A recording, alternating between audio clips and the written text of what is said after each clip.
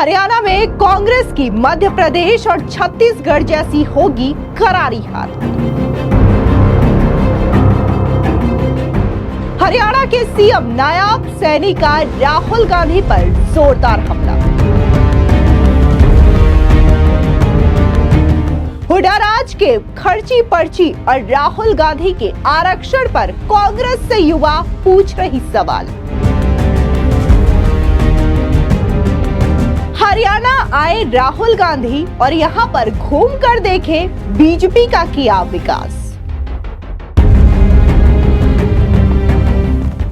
नमस्कार, स्वागत है आपका। आप देख रहे हैं प्यारा हिंदुस्तान और मैं रानी गुप्ता आपके साथ। हरियाणा के मुख्यमंत्री नायब सिंह सैनी ने एक बार फिर से राहुल गांधी और कांग्रेस पार्टी पर जोरदार हमला बोला। इतना ही नहीं, उन्होंने तो ये तक कह दिया कि कांग्रेस पार्टी का हाल हरियाणा में ठीक वैसा ही होने जा रहा है जैसा हाल छत्तीसगढ़ और मध्य प्रदेश में देखने को मिला। बता दें कि चुनावी राज्य हरियाणा में राहुल गांधी के दौरे से ठीक पहले कांग्रेस सरकार पर निशाना साधते हुए हरियाणा के मुख्यमंत्री नायब सिंह सैनी ने कांग्रेस पार्टी के घटते प्रभाव की ओर इशारा किया और विधानसभा चुनाव के दौरान हरियाणा में किसी भी बड़े नेता की गैर मौजूदगी को लेकर के निशाना साधा। मुख्यमंत्री नायब सिंह सैनी ने हरियाणा में कांग्रेस पार्टी की मौजूदा स्थिति की तुलना छत्तीसगढ़ और मध्य प्रदेश में कांग्रेस से की है, जहां ये पहले काफी ज्यादा मजबूत हुआ करती थी, लेकिन समय के साथ इसका प्रभाव पूरी तरीके से खत्म हो गया है। अभी अगर हम छत्तीसगढ़ की बात करें या फिर मध्य प्रदेश की बात करें, ये दोनों ऐसे ही राज्य है जहां पर बीजेपी ने शानदार जीत हासिल की है और कांग्रेस को करारी शिकस्त दी है।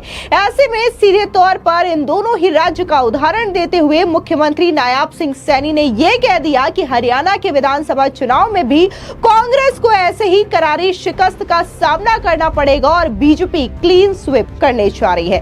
दरअसल आपको बता दें कि मुख्यमंत्री नायब सिंह सैनी ने कांग्रेस पर जमकर हमला बोला और कहा कि पिछले 15-20 दिनों में कांग्रेस का कोई भी बड़ा नेता हरियाणा आने को तैयार नहीं हुआ।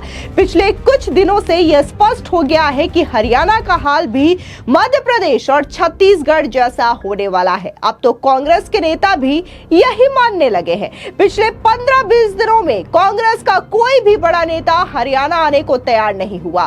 कांग्रेस आज असमंजस की स्थिति में है।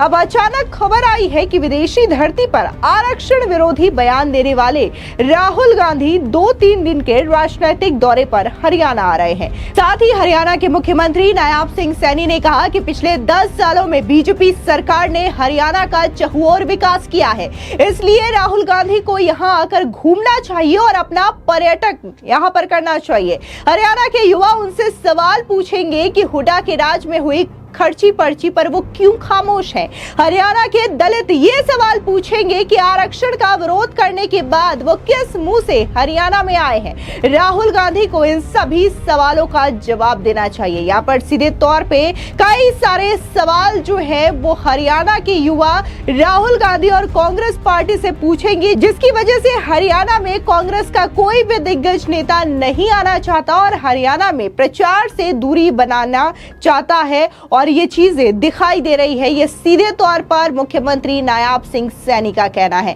आपको याद दिला दे, दरअसल राहुल गांधी जब यूएसए गए थे तो वहां पर उन्होंने ये कहा था कि अगर कांग्रेस पार्टी सत्ता में आती है और जरूरत के अनुसार अगर ये समय की मांग होगी तो वह आरक्षण को खत्म कर सकते हैं। अब यहाँ पर गौर करने वाली बात यह है कि जिस आरक्षण को मुद्दा बना करके और संविधान का हवाला दे करके राहुल गांधी ने ये कहा था लोकसभा चुनाव के दौरान कि बीजेपी सत्ता में आई तो आरक्षण खत्म कर देगी, लेकिन कांग्रेस और इंडिया अलायंस ऐसा नहीं होने देगी। लेकिन वही राहुल गांधी भारत में तो कुछ और कहते हैं, लेकिन जब अमेरिका जाते हैं तो इनके सुर बदल जाते हैं और वहां पर ये कहते हैं कि कांग्रेस आरक्षण खत्म कर सकती है। अब ये जो बयान राहुल गांधी की ओर से दिया गया है वो कांग्रेस पार्टी के लिए एक बड़ी मुसीबत बनता हुआ नजर आ रहा है, क्योंकि पहले तो इस बयान को लेकर के जगह जगह पर राहुल गांधी के खिलाफ विरोध प्रदर्शन हुए उनके खिलाफ कई राज्यों में एफआईआर दर्ज करवाई गई और अब इसका सीधा असर हरियाणा के विधानसभा चुनाव में पड़ता हुआ नजर आ रहा है, क्योंकि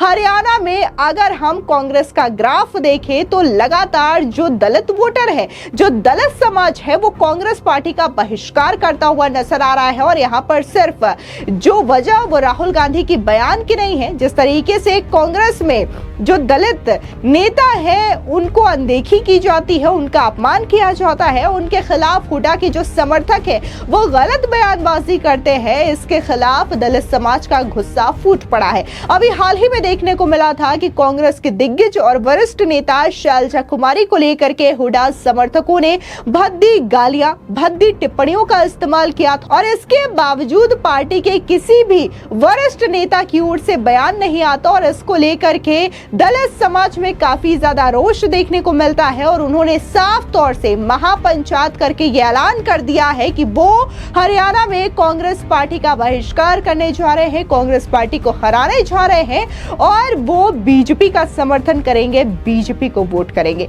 ये सिर्फ अभी की बात नहीं है और ये गुस्सा सिर्फ इस वजह से नहीं है क्योंकि शैलजा कुमारी का अपमान किया गया या फिर राहुल गांधी ने अमेरिका में इस तरीके की बयानबाजी की है, बल्कि अगर हम पिछली जो सरकार रही है कांग्रेस की, जिसमें भूपेंद्र सिंह हुड्डा मुख्यमंत्री थे, उनके शासनकाल पे नजर डालें तो कई सारे ऐसे दंगों की खबरें सामने आई है, हिंसा की खबरें सामने आई है, जहां पर दलितों पर अत्याचार किया गया, जिसकी वजह से दलितों का पलायन भी हुआ है। मिर्चपुर कांड हो, गोहाना कांड हो, कई सारे ऐसे किस्से हैं जो कि हुड्डा राज के काले कारनामों के तौर पर दर्ज है। ये तो हुआ एक समाज के अपमान करने की बात, लेकिन अगर हम युवाओं के भविष्य के साथ खिलवाड़ की बात करें तो यह भी हरियाणा में हुड्डा राज में बखूबी देखने को मिला कि कैसे खर्ची पर्ची पर वहां पर युवाओं को रोजगार दिया जाता था, अपने रिश्तेदारों को वहां पर सबसे पहले अहमियत दी जाती थी, उनकी नौकरी लगवाई जाती थी।